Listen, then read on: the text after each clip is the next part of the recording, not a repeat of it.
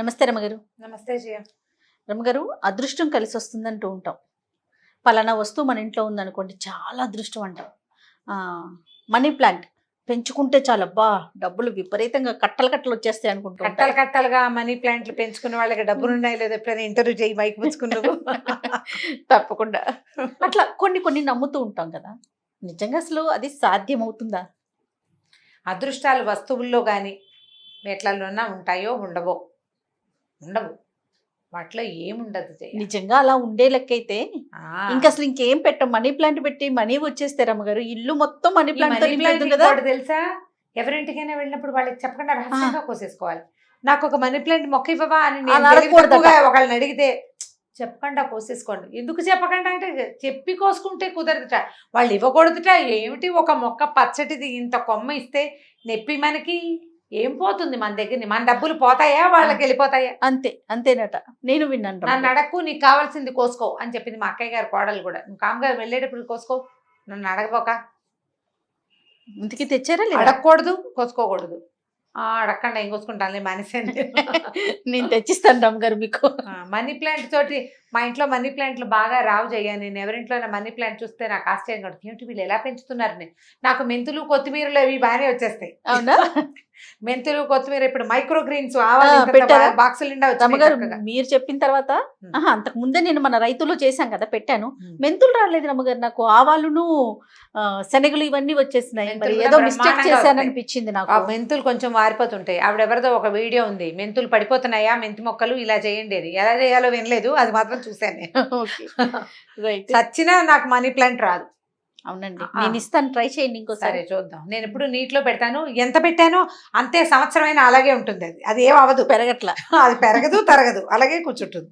ఏమిటో మరి నా డబ్బులు కూడా అలాగే ఉన్నాయి ఏమిటో. ఏమో మరి. ఏమీ లేదు, అవన్నీ మన తాలూకు ఉద్దేశాలు. ఏంటంటే మన ఇంట్లో ఒక మొక్క, ఒక వస్తువు, ఓ దేవుడి పటం, మన వాకిలి గుమ్మానికి పసుపు, ఇవన్నీ మనకి ఒక పాజిటివ్ ఎనర్జీని ఇస్తాయి, సంతోషాన్ని ఇస్తాయి, ధైర్యాన్ని ఇస్తాయి జీవితానికి. ఇప్పుడు ఏదైనా డబ్బు సమస్యల్లో ఉన్నారనుకో, మనం కొన్ని దేవుడి పుస్తకాలు అట్లా చూస్తుంటామా, వాకిట్లో రెండు పక్కల రెండు బొగ్గు ముక్కలు పెట్టండి, దురదృష్టం బయటికి వెళ్ళిపోయి అదృష్టం వస్తుంది. దాని సంగతి ఎట్లా ఉన్నా రోజు బొగ్గులు ఉడుచుకోవాలి, అది ఒకటి ఉంటుంది. ఆ వాకిలి గుమ్మం పక్కన అటు ఇటు రెండు చుక్కల పాలు పోయటం, లక్ష్మీప్రదం, లక్ష్మీదేవి వస్తుంది. పాలు క్షీరసాగరంలోంచి పుట్టినవి, అంటే అమ్మవారు జన్మించిన విషయం. నేల మీద పోస్తే ఇట్లా నువ్వు తొక్కే చోట, చెప్పులు పెట్టుకునే చోట, ఏమిటో ఆ కాన్సెప్టే అర్థం కాదు నాకు. ఇంకా అదృష్టం వస్తాయని అవేవో పెట్టుకోండి, పర్సులు ఇవి పెట్టుకోండి, గుమ్మానికి అవి తగిలించండి, వాకిట్లో వించన్స్ టింగ్ టంగ్ టింగ్ సౌండ్స్ వచ్చేవి. విరక్తి వస్తుంది. రాత్రిపూట ఎప్పుడైనా గాలి వస్తే ఆ టింగో టంగో టంగో అని మోగి దాన్ని విరక్కొట్టి పారేద్దాం అనిపిస్తుంది. దానివల్ల వచ్చే అదృష్టం ఏముందో తెలియదు, కానీ విసుగు ఎక్కువగా ఉంటుంది. అదృష్టాలు వస్తువుల్లో లేవు, విలువల్లో ఉన్నాయి, విధానంలో ఉంది. ఇవి రెండు సరైన ఉంటే ఆటోమేటిక్గా వచ్చేస్తాయి. ఒక మంచి పాత కథ ఒకటి ఉంది, చెప్తాం చూడు. ఎవరి అదృష్టం వాళ్ళది, మనం చెప్పలేకపోతాం కదా, చెప్పలేము మనం, అంతే కదండి. ఒక ఊళ్ళో ఒక ఆయన ఉండేవాడు. ఈయనకి కాస్త ఏదో కొద్దిగా పొలం ఉంది, కాసిన గేదెలు గొడ్లు అవి ఇవి ఉన్నాయి. ఏమిటో పెద్దగా కలిసి రావట్లేదు, డల్గా దీనంగా ఉండేవాడు. ఆయన ఫ్రెండ్ ఒక ఆయన వచ్చాడు. ఈ ఫ్రెండ్ వచ్చిన ఆయన ఎవరు? వాళ్ళకు ఒక మేనబావ, దూర బంధువు. అయితే సరే ఏమన్నారు, ఒకళ్ళ కష్టాలు ఒకళ్ళు చెప్పుకున్నారు. ఏముంది, మీ ఊళ్ళో ఎలా ఉంది, మీ ఊళ్ళో ఎలా ఉంది, పంటలు బాగా పడితే ఏం పంటలు రా బాబా, ఏది పెద్దగా వ్యవసాయం కూడా కలిసి రావట్లేదు, గొడ్డు గోదా ఉన్నా ఖర్చులకు సరిపోతున్నాయి, ఏమీ డబ్బులు పెగలటలేదు, ఏమీ లేదు అన్నాడు అని చెప్పాడు ఈ ఊళ్ళో ఉన్న ఆసామి. ఈ వచ్చిన బావ ఏమన్నాడంటే, ఒక 2 రోజులు ఉండనీరా, నాకు ఏదైనా తడుతుందేమో నీకు చెప్తానన్నాడు. సరే 2 రోజులు గడిచింది. 2 రోజులు గడిచాక ఆ బావ వెళ్ళిపోతూ ఏం చెప్పాడంటే, ఒరే ఒక మంచి విషయం ఉందిరా, ఈ మీ ఊరి పొలిమేరల్లో మీ పొలాలు అవి దాటాక ముందుకెళ్తే అక్కడ ఒక మంచి చక్కటి చెట్లు ఉన్నాయిరా, వాటి మీదకి వాలే హంసలు అదృష్టాన్ని తెస్తాయి. కాకపోతే ఆ అదృష్టాన్ని తెచ్చే హంస పొద్దున్నే వస్తుంది, సాయంకాలం వస్తుంది. పొద్దున 6, సాయంత్రం 6. నువ్వు 6 గంటలకల్లా ఈ పొలాలన్నీ దాటి ఆ చింతల తోపు దగ్గరికి వెళ్ళావా, హంసలు వస్తాయి. నీ టైం బాగుంటే నీకు కనపడుతుంది. అనిపించిందో అదృష్టం వచ్చేసినట్టే. నువ్వు పొద్దున వెళ్ళాలి, సాయంత్రము వెళ్ళాలి. నీ ప్రయత్నం నువ్వు చెయ్యి, నీకు అసలే ఏమీ కలిసి రావట్లేదని బాధపడుతున్నావు. పొలాలు పండట్లేదు, గొడ్డు గోదా సరిగ్గా లేవు, పాలెళ్ళు సరిగ్గా పనిచేయరు, ఏవో చేస్తూ నీకు కలిసి రావటల్లా. కొంత కొంత ఆస్తి స్వాస్తి ఉన్నప్పటికీ నీకు కలిసి రావట్లేదు కదా. ఆ అదృష్టం తెచ్చే హంసని కంటితో చూసావో నువ్వు గెలిచేవే అని చెప్పాడు. సరే, ఈయనకి అంత పొద్దున్నే లేచే అలవాటు లేదు, అక్కడికి ఇక్కడికి నడిచెళ్ళేది లేదు, ఏదో చచ్చనో దేవుడు అన్నట్టుండి ఎలాగో పొలం చూస్తాడు, ఎలాగో గొడ్డు గోతా చూస్తాడు. భార్య అంది, ఏమయ్యా అసలు ఎవరైనా మంచి మాట చెప్పేవాళ్ళు ఉన్నారా లోకంలో? అన్నయ్య చూడు ఎంత గొప్పవాడు, అదృష్టం తెచ్చే హంస అసలు మన పొలాల దగ్గర ఉండటం ఏమిటి, ఆయన చెప్పటం ఏమిటి, ఇదేమిటో నువ్వు చూడాల్సిందేనయ్యా. మళ్ళీ యజమానే చూడాలి, వెళ్ళి భార్యామణో కూతురో కొడుకో చూస్తే కుదరదు.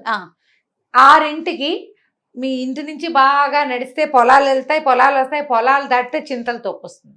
6కి అక్కడ చేరాలంటే నువ్వు ఎప్పుడు లేవాలి? 4కి లేవాలి కనీసం. పోని హీనపక్షం 5కైనా లేవాలా? 5ంటికి లేచి కాస్త ఏదో పళ్ళు మొహం తోముకుని, లేదా చెల్లో కడుక్కుంటాడు అనుకో మొహం, పల్లెటూళ్ళలో అలాగే చేస్తారు. ఈయన 5కు బయలుదేరి 6 గంటలకు అక్కడికి చేరాలి. మొదటి రోజు వెళ్ళాడు, ఆ చింతల తోపు దగ్గర ఉన్నాడు. ఏవో కొంగలు వచ్చినాయి, కొక్కరాయలు వచ్చినాయి, అవి ఇవి ఎగురుతున్నాయి, చిలకలు తేలకలు బాగుంది. ఏం హంస కనపడలా. నీకు అదృష్టం ఉంటే కనపడుతున్నాడు. అయ్యో మనకు అదృష్టం లేదు అనుకుని తిరిగాడు. వెనక్కి తిరిగి వస్తుంటే తన పొలంలో కుప్పేసుంటే పక్క పొలంలో వాడు తన పొలంలో ఉన్న కుప్పలో నుంచి కొంత పట్టుకెళ్ళి వాడి పొలంలో వేసుకుంటున్నాడు. ఈయన హడిలు పడి ఎవడరా నా పొలం నుంచి తీసుకెళ్తున్నాడని కేకలు పెట్టాడు. ఆ పక్కింటి ఆయన కంగారు పడి పక్కనున్న పొలం వాడు, అది ఏదేలే బాబు ఫస్ట్ టైం చేశాను అని ఏదో సారీ చెప్పాడు. ఏం పిచ్చి వేషాలు వేస్తున్నావా, ఇట్లా ఎన్నిసార్లు తీసుకెళ్ళావు, అందుకేనేమో మాకు పంట అసలు ఇంటికే చేరట్లేదు అని పోటాడాడు. ఓ 2 చెంపకాయలు కొట్టాడు. దొమదొమలాడుతూ ఇంటికి వచ్చేసాడు. ఇలా అయిపోతుంది, ఇప్పటికి ఎన్నిసార్లు ఇట్లా అయ్యిందో, పొలానికి కాపలా పెట్టాలి లేదా పొద్దున్నే వెళ్ళి చూసుకోవాలి అనుకున్నాడు. 6ంటికి పొలం దగ్గర ఉన్నాడు కదా, 6:30 7:15 కాకుండా ఇంటికి వచ్చాడు. ఇంటికి వస్తే ఈ వాకిట్లో గొడ్లు ఉన్నాయి కదా, ఈ పాలు తీస్తున్న పాలేరు పెళ్ళాం వచ్చి గోడ పక్కన నుంచింది. వీడు 2 సేర్ల చెంబు చల్లగా అటు అందించేస్తున్నాడు. ఎవరికి రా పాలు అని అడిగాడు. వాడు తత్త మమ్మ అన్నాడు. అనేసరికి ఎవరికి పోస్తున్నావురా పాలు, అమ్మగారు లేకుండా పాలు ఎవరికి పోస్తున్నావు, పాలు పోయాలంటే ఇప్పుడు పాలేరు పాలు తీస్తాడు, అమ్మగారు వచ్చి నుంచుంటే ఎవరికైనా పాలు అమ్ముతారు. అమ్మగారు లేదు, ఎవరు లేరు, నువ్వెవరికి ఇస్తున్నావు పాలు? ఈ గట్టిగా మాట్లాడేసరికల్లా ఇంట్లో నుంచి భార్య బయటకు వచ్చింది, గోడ పక్క నుంచి పాలేరు పెళ్ళాం కనపడింది. అంటే వీడు రోజు 2 సేర్లో 3 సేర్లో పెళ్ళాం చేతికిచ్చి బయటికి పంపించేస్తాడు, ఎవరు చూడటం లేదు. ఈయన హంస సంగతి ఎలా ఉన్నా పొద్దున్నే కొత్త సంగతులు తెలిసినాయని ఇంట్లోకి వెళ్ళిపోయాడు. పాలేరు 2 చెంపకాయలు పీకాడు. పో నా పని నుంచి మానేసేయి అని పంపించేశాడు. ఇంకోళ్ళు ఎవరినో ఇంకో పాలేరుతో పాలు తీర్చుకుందాం అనుకున్నారు. సాయంకాలం 6 అయ్యేసరికి మళ్ళీ వెళ్ళాలి. ఆ హంస కనపడద్దు. సాయంత్రం కూడా మళ్ళీ నడిచి వెళ్ళాడు. ఏమీ కనపడలే, హంస లేదు.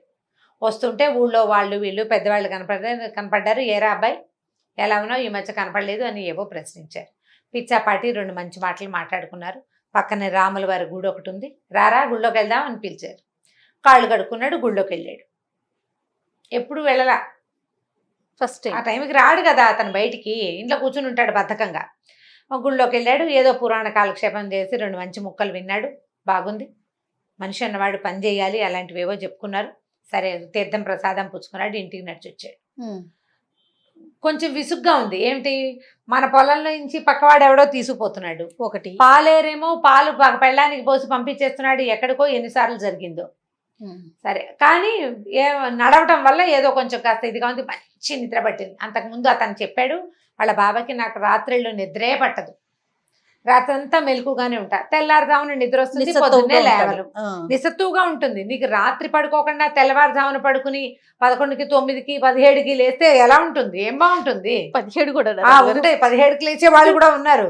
నువ్వు 12 నుంచి 5 లెక్కెట్టిపోయే అవతలకి అది 17 అలాంటి వాళ్ళు కూడా ఉన్నారు, పగలల్లా పడుకునే వాళ్ళు. వాళ్ళ ఉద్యోగరీత్యా పాపం ఇప్పుడు తప్పట్లేదు అనుకో జయ, ఒకళ్ళని అనకూడదు కానీ ఇప్పుడు ఉద్యోగాలు అలాగే ఉన్నాయి పాపం. ఉద్యోగరీత్యా అంటే అసలు అది సమస్యే కాదు, దాన్ని మనం మాట్లాడుకోవాల్సిన అవసరమే లేదు. సరే ఇది అయిందా. మర్నాడు లేచాడు. 2వ రోజు 3వ రోజు 4వ రోజు 5వ రోజు రోజు లేవటం మొదలుపెట్టాడు. రాత్రికి పట్టింది నిద్ర, ఏనుగులు వచ్చి తొక్కినా లేవలేదు అతను. 9:30 కల్లా అన్నం తినేసాడు, పడుకుని నిద్రపోయాడు. తెల్లవారి పావుతొక్క వారికి మెలకు వచ్చేసింది. మరి రాత్రి పెందరాళ్ళు పడుకుంటే చచ్చినట్టు రాదు మెలకువ, కాల నిద్ర అంతే. సరిపోయింది కదా నిద్ర. పొద్దున్నే లేచాడు, హంసను చూడ్డానికి పోయాడు. మళ్ళీ వెళ్ళాడు. మరి వెళ్ళాలి కదా. అక్కడి నుంచి రెండో రోజుకి అతనికి ఏం తెలిసిందంటే తన పొలం గట్లు ఇదివరకు నడిచి వెళ్తూ ఉంటే సడన్ గా పక్క వాళ్ళ పొలంలోకి వెళ్ళిపోయిన ఏమిటా అని చూసుకున్నాడు.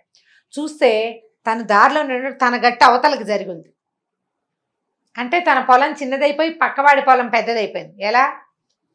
నువ్వు చూసుకోవట్లేదు, వాడు జరిపేశాడు. అంతే. అక్కడి నుంచి చర్చలాడుతూ మళ్ళీ ఊళ్ళోకి వెళ్ళి పెద్దవాళ్ళు 2-3 పిలిచి నా పొలం గట్లు జరిపేశారు మా పక్క పొలాల వాళ్ళని, వాళ్ళతో చూసుకుని ఎవరినో పిలిచి వాళ్ళని కొలతలు వేయించి మళ్ళీ పొలం గట్లు సరి చేయించాడు. సాయంకాలం మళ్ళీ వెళ్ళాడు, గుళ్ళోకి వెళ్ళాడు. పొద్దున వెళ్తున్నాడు, సాయంత్రం వెళ్తున్నాడు, పొద్దున వెళ్తున్నాడు, సాయంత్రం వెళ్తున్నాడు. ఈ పొద్దుటి పూట వెళ్ళటంతో ఏమైంది, పొలంలో పాలేళ్ళు కూలీలు తొందరగా రావటం లేదు. 9 అయినా ఎవరు పనిలోకి దిగరు. 9 పనిలోకి దిగి సాయంత్రం 5 దాకా చేయాల్సిన వాళ్ళు 11కి దిగుతారు, 3కి లేచేస్తారు. కూలీ ఏమో రోజు కూలీ ముట్టిపోతుంది. వాళ్ళు చేయాల్సిన 3 రోజులు చేయాల్సిన పని 7 రోజుల కూలీలు ముడితే గానీ పని అవ్వదు. అవన్నీ సెట్ అయినాయి, ఒకటి చొప్పున. ఎందుకు? పొద్దున్నే లేచి ఈ హంసని, అదృష్టపు హంసని వెతకడం కోసం తిరిగి క్రమంగా ఏం తెలుసుకున్నాడంటే ఇతను తన అలసత్వము, లక్ష్యం లేని తన మనస్తత్వము వల్లే తనకు సమస్యలు ఉన్నాయని అనిపించింది.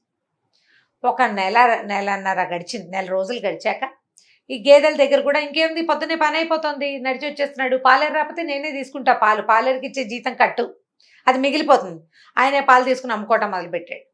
గేదెల్ని చక్కగా యజమానే చూసుకునేసరికల్లా వాటికి తిండి తిప్పలు బాగా అంది, బోల్డ్ పాలు ఇబ్బడి ముబ్బడిగా పాలు ఇస్తున్నాయి, డబ్బు కనపడుతోంది.